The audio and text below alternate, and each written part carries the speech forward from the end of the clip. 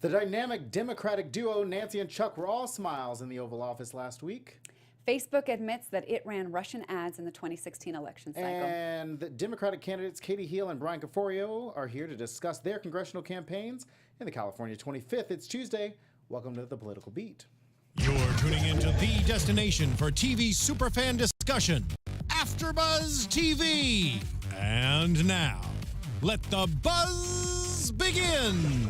Hey guys, welcome to AfterBuzz TV's The Political Beat, the millennial show and podcast breaking down the latest in Washington politics and news from around the country and the world. I'm your host, Drexel Hurd. You can follow me on social media at Drexel Hurd. And I'm Chelsea Galicia at Chelsea Galicia. Be sure to follow The Political Beat at Political Beat TV on Twitter. Welcome back. It is our second show with this great new logo back there, and now it's in the center of us. Yeah. Just some quick housekeeping items. Next week, we will be discussing everybody's favorite topic of the day, Hillary Clinton's new book, What Happened, which I have on my Kindle right now. Shows how excited you are to read it. With Huffington Post contributor and Bros for America founder Alex Mahajer.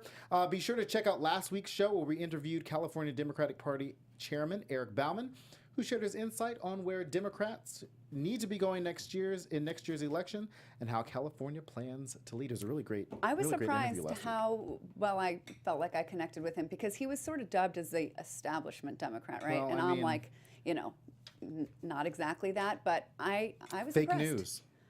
Fake news. In the first beat today, we'll give you a rundown of the day's top headlines, followed by this week's interview with Katie Hill and Bryan Caforio. And in the breakdown, we'll fill you in on how Democratic leaders Nancy Pelosi and Chuck Schumer struck a deal with Trump, much to the dismay of Republicans, except then McConnell is like, haha, suckers, Right. I got you right He's where like, I wanted. Yeah, see, like the penguin. And then one of the issues in that deal was the debt ceiling, so we'll break down what that actually means because I know at least some of you have heard of it and maybe even Googled it and still have no idea what it is. Yeah, and something else that I don't really know a lot about because I'm not really that in tune with environmental issues. In today's Spotlight, we are going to talk about the climate change fight and maybe some new ways that you can help contribute, followed by viewer feedback and our final thoughts in the final beat. Whew, let's do it. So let's get to the final beat. Okay, the first one? Yeah. I mean, you're excited to get to the I'm end. ready. Okay, so the first headline. No, the first beat, not the final beat. Oh my god. That's what I heard. that's Okay. what I said. All right. Anyways, here's an impressive sounding headline, but it's kind of like a womp womp for me. Sounds really exciting. Median U.S. household income rose 3.2% from prior year, and 3.2% already taking inflation into account. Otherwise, that would just be keeping up with inflation. So, New York Times reported that the Census Bureau said the household median income is now $59,000, which has been creeping up from like 52, 54, now 59. But the reason why it's not as exciting as it sounds is because most of the money, as Bernie told us over and over, has gone to the top. Now, listen to this. The 1/5 poorest Americans, their average income went down by $571 over the last year. But the top richest 1/5 of Americans, their income went up by $13,479. So we see that this disparity is widening and that these numbers that show us that incomes are rising is really because there's this dramatic pull from the numbers at the top, but that doesn't represent a lot of people. And I mean, a good news, poverty level fell from 13.5% to 12.7%, which represents a drop from 43 million to 40 million. Oh, making gains. But it still feels so like, really guys, this is all we can do? Right. And millennials are only making an average of $35,000 a year. Yeah, that's like $600. That's like less than $700 a week, and that is not good. But we did have some. Well, it used to be good news when marriage equality kind of passed, but today, marriage equality and gay rights activist Edith Windsor died today at 88. She was the plaintiff, if you guys remember, in the Supreme Court case, the United States versus Windsor, which the Supreme Court held that restricting U.S. federal interpretation of marriage and spouse apply only to opposite sex unions by Section 3 of the Defense Against Marriage Act, which that all that is unconstitutional under the Due Process Wow, Clause. that was so technical. I would have thought you were a lawyer. No. The Defense of Marriage Act. Can't believe that. That was a Clinton law passed that was Correct. supposed to define marriage as a union between a man and a woman. And we could have a whole conversation on why the Clintons, or why Bill Clinton had to go through that. But we won't get into that today. The Windsor decision was limited to 13 states and D.C., but in 2015, SCOTUS held that same-sex couples had the constitutional right to marry anywhere in the nation. Edith Windsor and her wife Judith were married last year. All right. And speaking of the Supreme Court, it has granted the Trump administration's request to continue the travel ban, which Womp blocks womp. a lower court's ruling. This was on the narrow issue of whether people that already had contractual, like, resettlement things already worked out, like already in the works. They had been vetted, they had plans, they were coming, and now they're not. And you might think, oh, well, this is an indication of how they're going to ultimately rule, but it's not exactly that easy to guess from this kind of decision, because what they often do is just leave the status quo in place. Right. And so the status quo is everybody's not allowed in, everybody from those 6 countries. So it's a big-ish deal? Not really. The bigger deal will come in October when they take up the full issue. Right. So definitely be looking at the back, because the travel ban bars certain people, just to give you a refresher, bars certain people from Iran, Syria, Somalia, Sudan, Syria, Yemen, and would affect only about 24,000 people in the country. And at the end, go ahead. Oh, yeah. Brooks Elise Taylor is going to fill you in on the rest of the headlines that happen between now and Friday, because we can't let you go like 3 days without being up There's to so date much. on the headlines. And so she'll do that on the Political Beats, The Buzz. So follow our AfterBuzz TV on Twitter, Instagram, and Facebook to tune in. And the battle for Congress is kicking into high gear. Chelsea and I, like we said, are committed to seeing Democrats take back the Congress in 2016. In the 2018 midterms. Last week we announced via AfterBuzzTV.com and Twitter and Facebook and everything, and sent it out, that we are partnering with Run for Something, the organization working to elect millennial candidates across the country. So over the next few months, we're going to continue to highlight Democrats running in races from the local level to the federal level, having them here on the show in our brand new candidate series. So today we are pleased to have a couple of candidates from California's 25th Congressional District to talk to us today about their campaign and their vision for the 25th and America. We should probably tell the folks what the 25th district is. Yeah, what does that cover? It's part of LA and a little bit of Ventura County. So it's Acton, Santa Clarita, Simi Valley, Palmdale, Lancaster, Valencia, and the northern part of the San Fernando Valley. What's more interesting to me is that it is the last Republican district, or Republican seat district as of right now, in LA County. So flipping this would be Awesome. a complete blue takeover. Well, the first person trying to flip that district, she's the executive director and deputy CEO of People Assisting the Homeless, or PATH. A millennial looking to unseat incumbent Congressman, womp womp, Steve Knight. Welcome to the program, Katie Hill. Hi. Hi. Thanks for having me. Hi, Katie. Happy belated birthday, by the way. Thank you. Can't believe you just turned 30. Make us all Thanks for feel you. so lazy. So let's get right to it. Katie, listen, as a young millennial, like we said, happy birthday. Why did you decide to get into this race? Sure. So for me, I've worked on the issue of homelessness for pretty much my entire career for the last 10 years. I have helped the organization I run, PATH, grow from about a $5 million a year local LA-based group to now one that works across the state of California, has about a $50 million a year annual budget, about 400 staff, and we literally help thousands of people move off the streets into permanent homes every single year. But really, over the last couple of years, we have focused on how do we create the systems change and develop the legislation that's needed to address the problem on the scale that needs to happen. We've got over 50,000 people who are living on the streets here in LA County on any given night.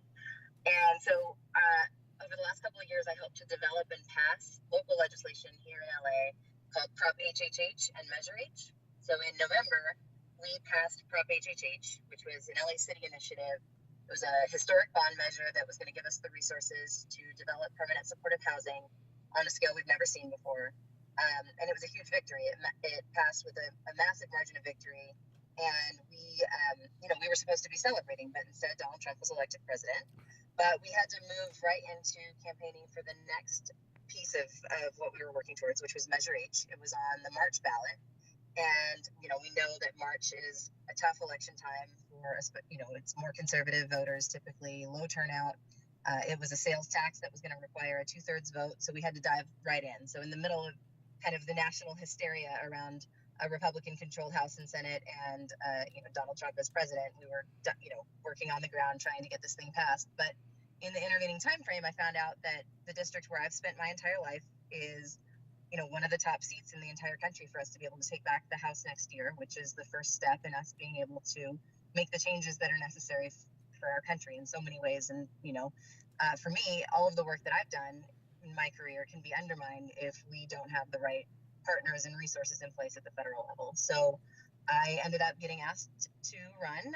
Last year, it was it was a pretty close election, but Hillary won the district by 7.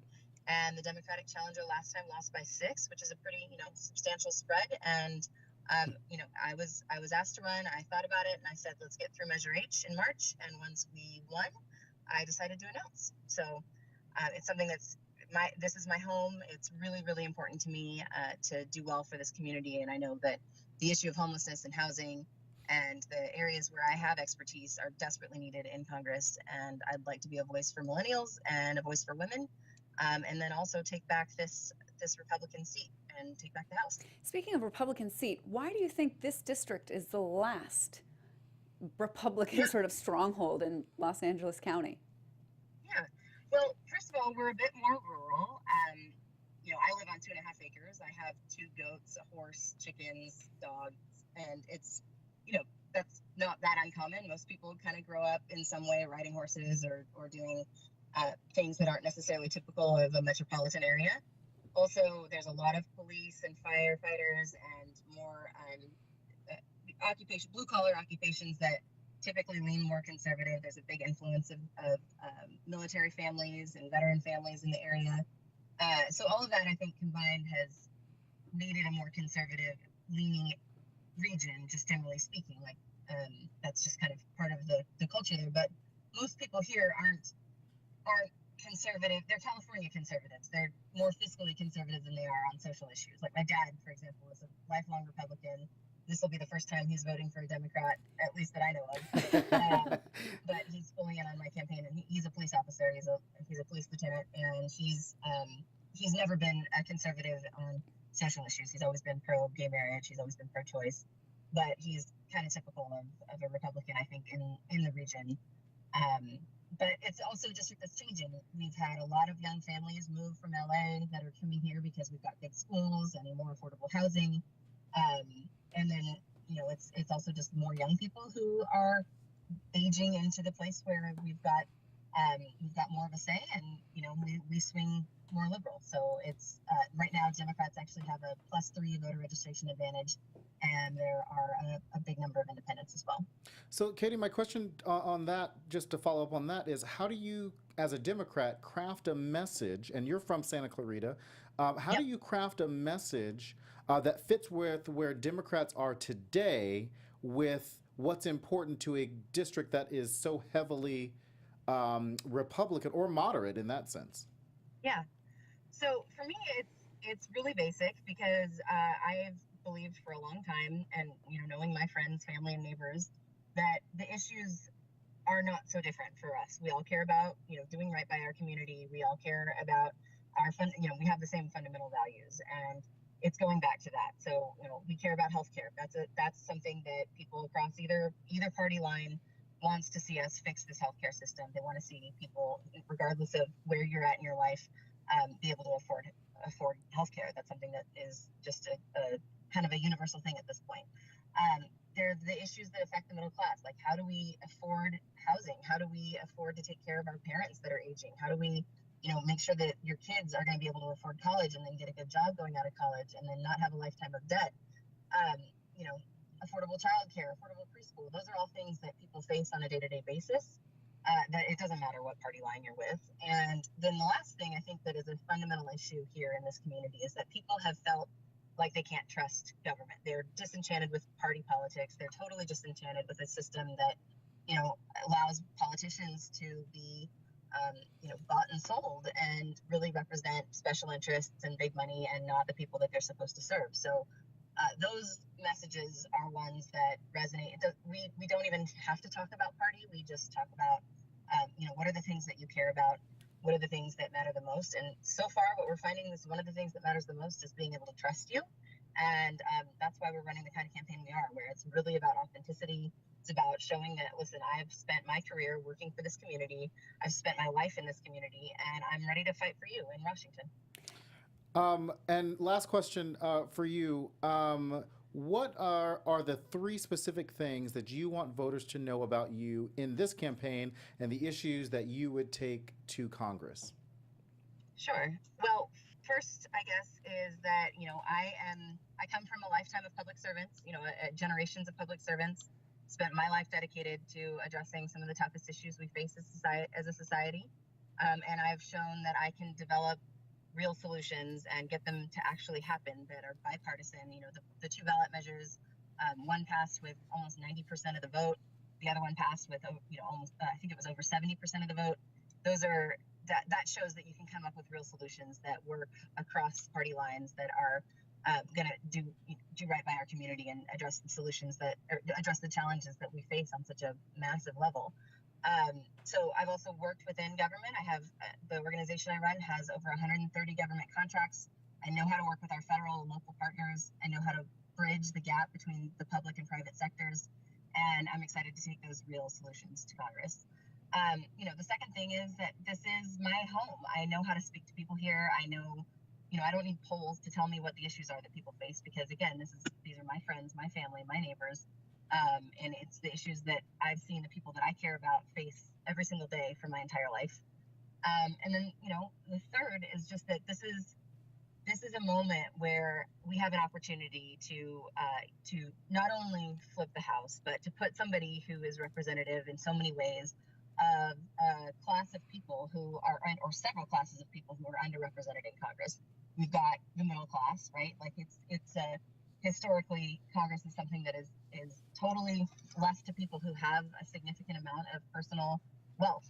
There's a lot of lawyers, a lot of people who are coming from Ivy League educations who have a significant amount of their own personal network that they're able to tap into to raise money from to be able to get here. Because the minimum threshold to be able to even enter this race and to be taken seriously is to be able to raise money. And that's something that I'm trying to show that we can do that from a community level, from a grassroots level. And I think that's super important for us to be able to have real people from the communities that they're trying to serve, especially when they're not wealthy communities, be able to actually run for Congress.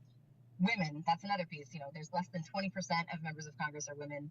That has got to change. We can see right now from this election and from, so many of the issues that are at stake, we shouldn't be having the conversations that we're having. We need women to be able to make the decisions that are about our bodies and about our kids' futures and about so many of the issues that we face every single day. We've also, we need to see more young people. We're the ones who are going to be stuck with these decisions that are made for decades, and we have to have a voice in this fight. And I'm excited to be able to represent all of those pieces.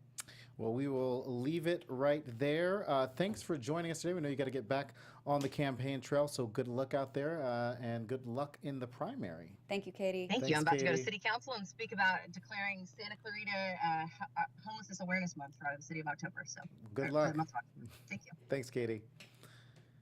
All right. So we've heard from Katie Hill, and now joining us over the phone, he's a deputy. Great. Oh, coming up soon is Deputy City Attorney here in Los Angeles, who is ready for a rematch with Steve Knight, is Bryan Caforio. So he'll be on soon, but it was very interesting. It was pretty, I don't know if 6 points is considered a wide spread. Yeah, I like how she threw that in there. Like she threw in the Democrat, without naming Bryan Caforio, she threw in Democratic challenger lost by 6 points. When I saw that it was only 53-47, to me that didn't seem very dramatic as a spread. I was actually surprised that it was that close. Right, for an incumbent like Steve Knight. like incumbents typically don't have. I mean, if you're paying that much of attention, I mean, I think Democrats now, from what I know, in the organization that I'm with in the party, and here in Los Angeles, that right now this district is something that everybody's really focused on. I don't know how focused Democrats were on it in the last race, but now all eyes are on a lot of these congressional districts across the board. So, This one was a fun one. I had a friend that ran in this campaign as a write-in candidate, and he's now helping Katie. Oh, all right. Brian, are you there? Hello. Yes. Hi. Thank you so much for joining us. We've done a nice little intro, Absolutely. hopefully, for you. And I hate to, start out of the gate, so with such a, I don't know, straightforward, direct question. But in 2016, you came up short in the congressional race against Steve Knight. I want to know what's different now. What have you learned that you think will help you this time around? Yeah, absolutely. It's a great and fair question. We came in very late last time. We started the race in December as a first-time candidate who'd never run before, really trying to do it all in a very compressed time period. And it wasn't a race that anybody really had on their radar. In 2014, Democrats didn't even get someone through the primary. And when they put out their list of targeted races at the start of last year in February, there were 32 races that the national Democrats were targeting. This wasn't even on the list. And with all that, because my wife Lisa and I went out and spent so much time in all corners of the community really trying to speak to people that the elected officials for decades have not been speaking to, we were able to build a really, really large coalition, and we ended up as the 5th closest race in the entire country. And so we're really proud about how we were able to take this race that wasn't on anyone's radar, and because of the grassroots momentum that we had speaking all around the district, we pulled it that close. And when my wife and I were sitting there and saying, what are we going to do this year? You have the loss, and really the loss that mattered was the national loss, and seeing just such a despicable person come into office as president, and sit there and say, how can we be most productive, most effective to help our community? And as we were going around after the election and, continuing to testify against landfill expansions or the reopening of the Aliso Canyon facility that had that huge gas leak, so many people just came up to both Lisa and me and saying, hey, we've never had a voice at the congressional level before. Don't give up now. Let's build off what we did last time. And as Lisa and I had a lot of conversations about it, we said, you know what, that's right. We thought with the president we liked and the expectation of another president we liked, we thought we needed to stand up and give it a go. Now, with everything we hold dear under attack, you can't step aside. And so we relaunched the campaign, and just getting earlier and being able to build off everything we accomplished last year with so much more time, it's off to a great start, and I feel very confident that we're going to win this next November. So I just want to build off of something you talked about in terms of building, because we know that through the general election last year, Hillary Clinton did a lot of building on what Barack Obama had done over the last 8 years. And we're now moving into a shift in where the Democratic Party is shifting slightly to the left on certain issues, and you are running in, like we said in the interview with Katie Hill, in a very Republican district in the 25th. So what sets you apart from your other Democratic challengers like Katie Hill, who are looking to basically unseat you as the kind of incumbent Democratic challenger in this district? I'll tell you what we're focusing on right now is running against Steve Knight and focusing on the issues that we know matter.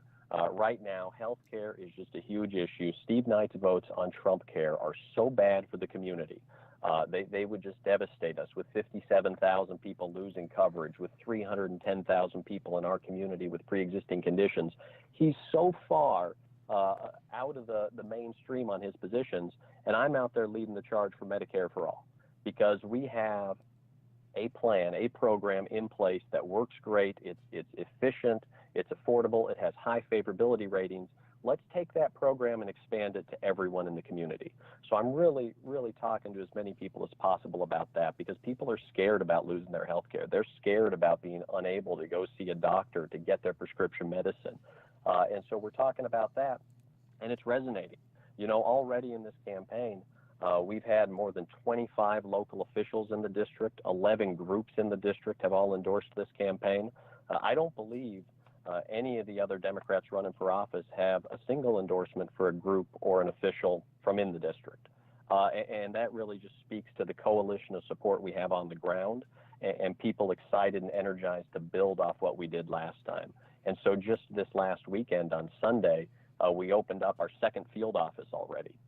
We didn't have our first field office opened last time until July of next year.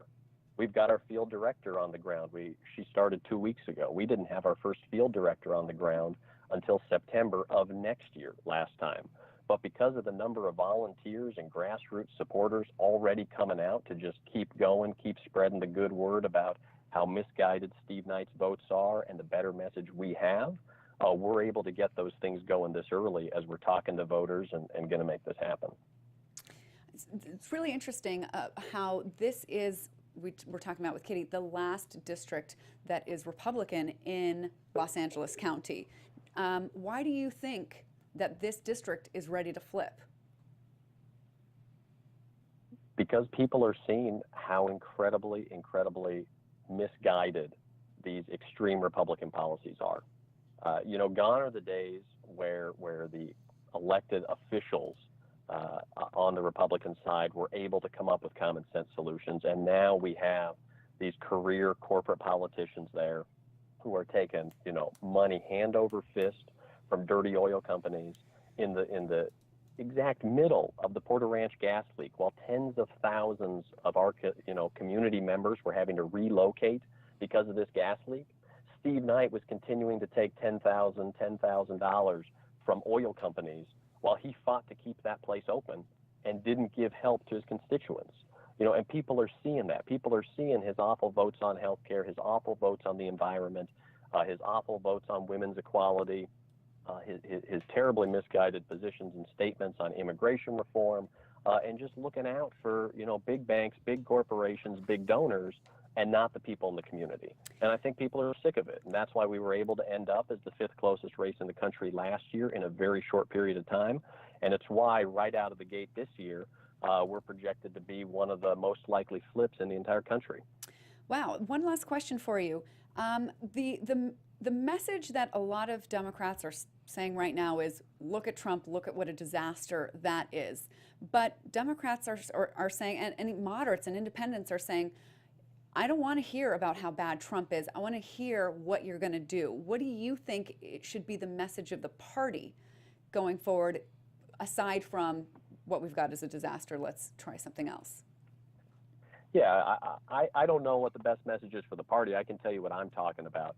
And it's absolutely true that Donald Trump is a disaster and a threat to our country.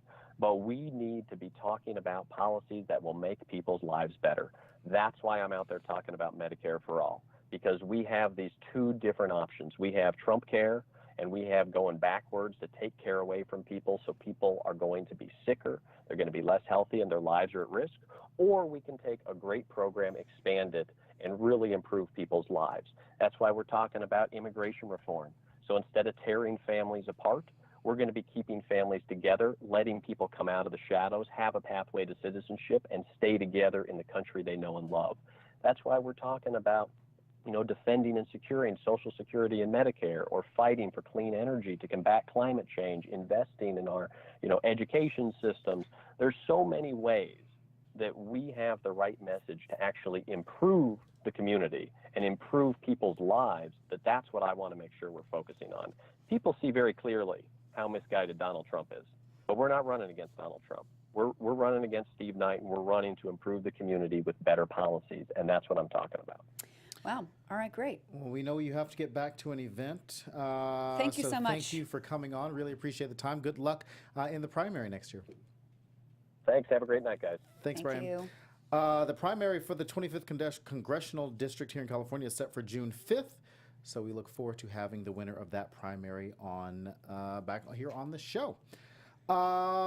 But Brian and Katie aren't just the only ones running in the 25th, so we don't want you guys to think that they're right now they're as far the as top. I know, there's just one other. Right, I think they were somebody was telling me that they just announced within the past week or something like that they were running. So listen, each week in the breakdown, we're going to talk about some policy or political situation.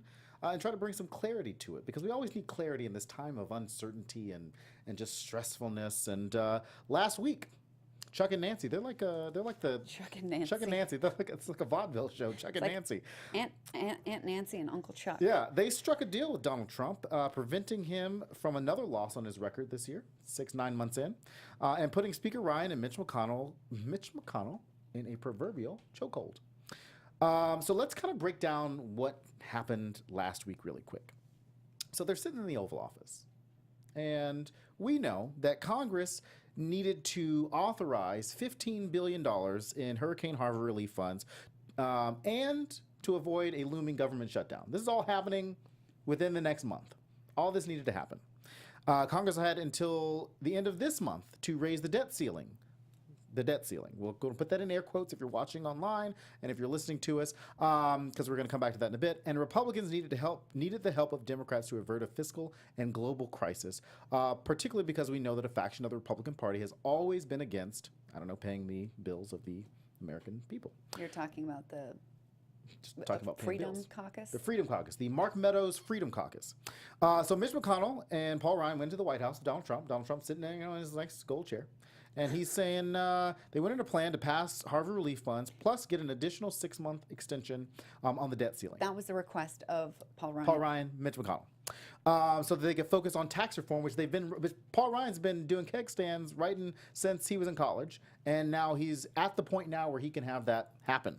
So they want to get all this done, this Harvey relief bill done, debt ceiling passed, and all this stuff in their head. It's smooth sailing because they've got the majority, blah, blah, blah. And they want to continue. They want to use the debt ceiling to continue to hold the government hostage. That's what I like to think, through debt ceiling negotiations with no guarantee. With no guarantee in our mind, or in Donald Trump's mind in this case, that Republicans could follow through on their vote, seeing as how they couldn't follow through on any vote so far up to this point. So here in walk Nancy and Chuck, sitting there, arms crossed, didn't know what they were walking into. They didn't really have an upper hand going into that, and they went in with a proposal that would guarantee Democratic votes on raising the debt ceiling, on the Harvey relief package, and a budget to keep the government open. For 3 months. But they said, we'll give you the debt ceiling for the next 3 months, keep the government open for the next 3 months, and we'll give you the votes. We'll give you a win, Donald Trump. Donald Trump said, I like it because it gives me a win. That's it. They didn't have to think. I was listening to an interview where they were like, Dick Durbin had said, we didn't think that he would go for that. And he did. Then he pressured Mitch McConnell and Paul Ryan into going into that. And they were just gobsmacked. Like, why do you take the first deal out the gate? There was no back and forth. It was like, let's do that. Steve Mnuchin tried to get into that. He was like trying to fight against it. Donald Trump said, negotiation. Nope, we're going to do that. You know that art of the deal? If that's the art of the deal, it works for Democrats, I'm good with that. So like, no one ever knows what goes on in the brain of Donald Trump. So like, we don't know how he thinks, and why he kind of took that deal, but we do know that he doesn't like bad press, and he can't afford an economic crisis after going through this populist economic message during the campaign, because a majority of his supporters want a really good, strong economy to help their families, especially in the flyover states that really voted for him, Pennsylvania, Michigan, and all those states that have been hit bad by the economy who haven't really recovered. And we also know that Donald Trump likes to embarrass people who have somehow wronged him in his head. And we know now that Steve Bannon really believes that Mitch McConnell and Paul Ryan are out for Trump. Yeah. So that, coupled with failures in the House and the Senate on repealing and replacing Obamacare, no wins other than a Supreme Court justice. So Donald Trump's like, what good are you people? I'm going to work with the Democrats. That's what in his head. And then he saw this great press and was like, yeah, I love it. So that's what's happening right now. Paul Ryan scoffs at it. Mitch McConnell probably went back into his turtle shell and probably said, I'm just going to not say anything until after I leave the Oval Office. Well, but now Mitch McConnell has come out and said, well, actually, Yeah. I like this deal because I am the one that puts pen to paper and writes out what actually happens. Right. So the way that I'm going to write it, we're not going to deal with the debt ceiling in 3 months. That issue is going to be pushed off into 2018. Right. How does he get to Because he's the change majority it? leader, and he gets to write the actual legislation that actually hits the floor. So Trump says 3 months, and what does he write, 4 or 5 months, and then assume that Trump's not going to read it I before think he it's signs bringing it? it back to the floor. Trump signed that, but I think Mitch McConnell, from a calendar perspective and from a what actually hits the calendar, that's controlled by the majority leader's office. So he can control when that actually hits the floor. 3 months is December. You still got to go through holidays, blah, blah, blah.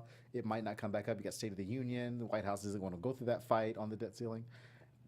And so now, through all that, great win for Democrats in terms of the press. Great win for Nancy and Chuck. But on the other side of that, Latino groups are disappointed because Democrats didn't defend DACA as a part of that negotiation to be placed on a list of demands. However, I'm sure people have opinions on this. The political ramifications of shutting down the American federal government from a perception-wise, for DACA recipients who may or may not be legal citizens yet, would have boxed Democrats in a really tough position with some Democrats who may believe, who want a pathway to citizenship for people, but still have that America needs to continue on with, paying the bills and keeping the government open. So it's like, how do you reconcile? I think that's a little bit too much to ask for that or expect that DACA is going to be included in this debt ceiling deal. Right, but Latino groups and Latino Congress, they were pretty upset about that. That was not a part of that. But I think Dick Durbin said it last week, like I said, in an interview, said that if we had brought this up now, we would have been in a much worse position. So let's talk about the debt ceiling. Chelsea. Okay. Oh, what does that you're mean? giving this to me now. What does that mean? Okay, so the debt ceiling is the ability of Congress to pay for things that it's already passed. So it's not asking for more money to go out and spend, come up with new programs and new things to spend out in the future. This debt ceiling is the ability to pay for what's already been requested, but what's been passed, what's been, contracts have been, written for, I don't know, weapons, Defense let's say. contracts, Exactly. right. So all these contracts have already been agreed to, but they won't be paid unless they agree to raise the debt ceiling. The debt ceiling thing started about 100 years ago because Congress is the one that taxes and spends. And so it used to be that they decided how much money was spent on everything. And then it just got too much. So they're like, how about we'll just give you guys a ceiling and we'll, as long as it doesn't go over that, then it's fine. Proverbial ceiling, not an actual ceiling. Right. And so then every time that they pass something new, the debt ceiling has to go up. The reason why it's all kind of, it's a thing, but it's not a thing, is that it has to be raised. Right.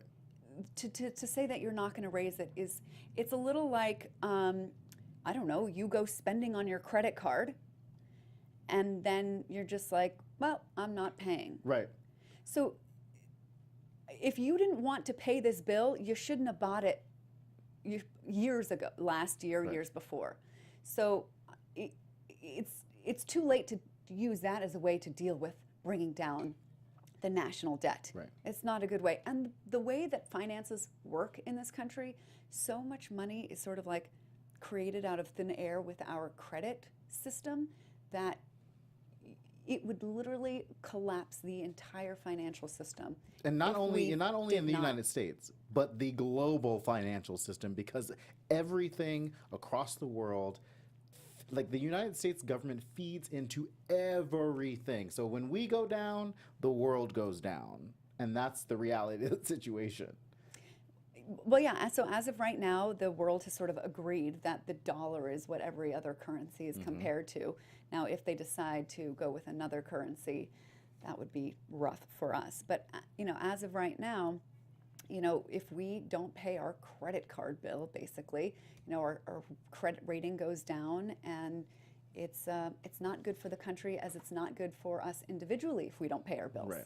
But the other part of that is the Treasury Department, now headed up by Steve Mnuchin, also has the option to use extraordinary measures and is permitted to borrow funds needed to fund the government operations and meeting obligations that, again, are already budgeted. They take from like Social Security or federal pensions, whatever, to pay off other stuff. So they need to start taking from the military budget. That's not a really, I'm with you on that. Right. So it's not really a great tactic, because it screws a lot of people over who are counting on that money. Yeah. So in conclusion, just so that everybody has an idea, the debt ceiling means nothing. Oh, I actually wrote that in the script, guys. It means nothing. Well, it means nothing. It doesn't mean anything. It's a tool used to hold our government hostage, in a sense. Because, I mean, the Republicans or Democrats for years have been arguing that we don't even need to keep raising the debt ceiling. Like, it doesn't mean a thing. Donald Trump brought it up in the Oval Office the other day with Nancy and Chuck. Nancy and Chuck were like, great. Let's just kill the debt ceiling, because Republicans have continued to use the debt ceiling as a tool to hold legislation hostage, which is why Mitch McConnell was so gleeful in saying, oh, we don't need to revisit the debt ceiling until after 2018, and that's going to keep Democrats from stopping us from passing tax reform and from screwing the American people up more than we normally do and have in the past. It's just a terrible example. I mean, if kids understand what this debt ceiling situation is, that basically you're saying, I'm going to spend money, I'm going to take stuff, I'm going to take home products and services and just not pay for them. That's a terrible message. We don't want citizens to do that. You and I are not allowed to do that without some very bad repercussions. So the country shouldn't do that either. Right. So the House and Senate passed Harvard relief package Friday. But that's not the only thing that they really have to work on over the next few months. And that's why I said Mitch McConnell knows that he's got a lot of stuff on the legislative calendar that needs to pass, including tax reform, like we talked about earlier. Which is probably not going to happen, but we'll let them try. They got to pass a budget. The new fiscal year starts October 1st, but we have not passed a budget in the last decade. So what the Congress does is they continue to pass stopgap spending bills. So basically little bills to keep us going, like kick the can down the road, to keep the government open, and then of course a bipartisan healthcare reform. That's all on the agenda, including a lot of the spending bills are all really important spending bills, so they really have to kind of go through that piece of it. So we hope you learned a little bit about the debt ceiling, and but be sure to leave comments. If you don't, we'll kind of address those even more in the comments. And Facebook. No, wait. Well, we were going to get to Facebook. We don't have a lot of time. So we're going to have to talk about Facebook. Really fast. They found out, they admit that some company that they have now since tied to Russia spent $100,000 on 3,000 ads that were seen by anywhere from 23 to 70 million people that were intended to influence the outcome of the election for Trump or just against Hillary. So that's a thing, guys. That is a thing. And it will continue to be a thing as we start to read What Happened by Hillary Clinton. Real quick, Chelsea, who's in the spotlight? The climate is. So hopefully with the dramatic Harvey and Irma, and we had a massive fire here in LA over Labor Day weekend. It was like the largest in Los Angeles history. And there's flooding around the world. Like, this climate change thing is a thing. Right. And you might be wondering, hopefully you're wondering, what you can personally do about it.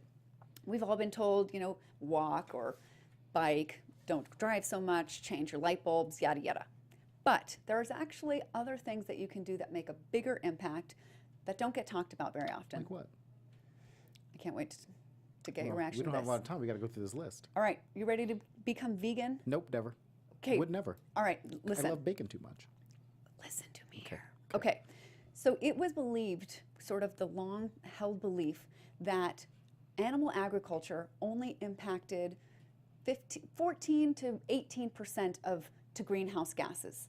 But this World Watch Institute went back in and looked at all these factors that they had missed, like cow farts and the air that cows breathe out and the clearing of the fields for the cattle, things of this nature. And when they went back in and they looked at all of these factors that have to do with animal agriculture. They found out that animal agriculture contributes to greenhouse gases 51% of the whole picture.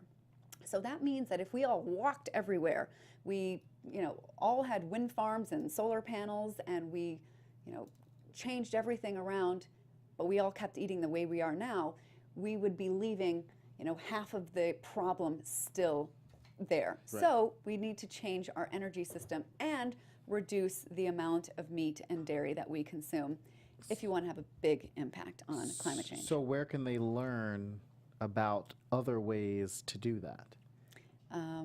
ClimateNeutralNow.org. Oh, well, yes, that one is cool. So if you refuse to give up meat, you're having a pretty big impact, leaving a big carbon footprint, but you can sort of pay to offset that. And so you can go to Carbon Neutral Now. It's carbonneutralnow.org I think we threw up pay the to splash offset screen. your carbon emissions. And the other interesting, fun one is birth control. Think very carefully about children, because they have a big impact on the environment. And this is not like I'm saying like we should all do like the one-child China thing. This is voluntary, intentional pregnancies where if you don't intend to get pregnant, consider birth control, please. Yes.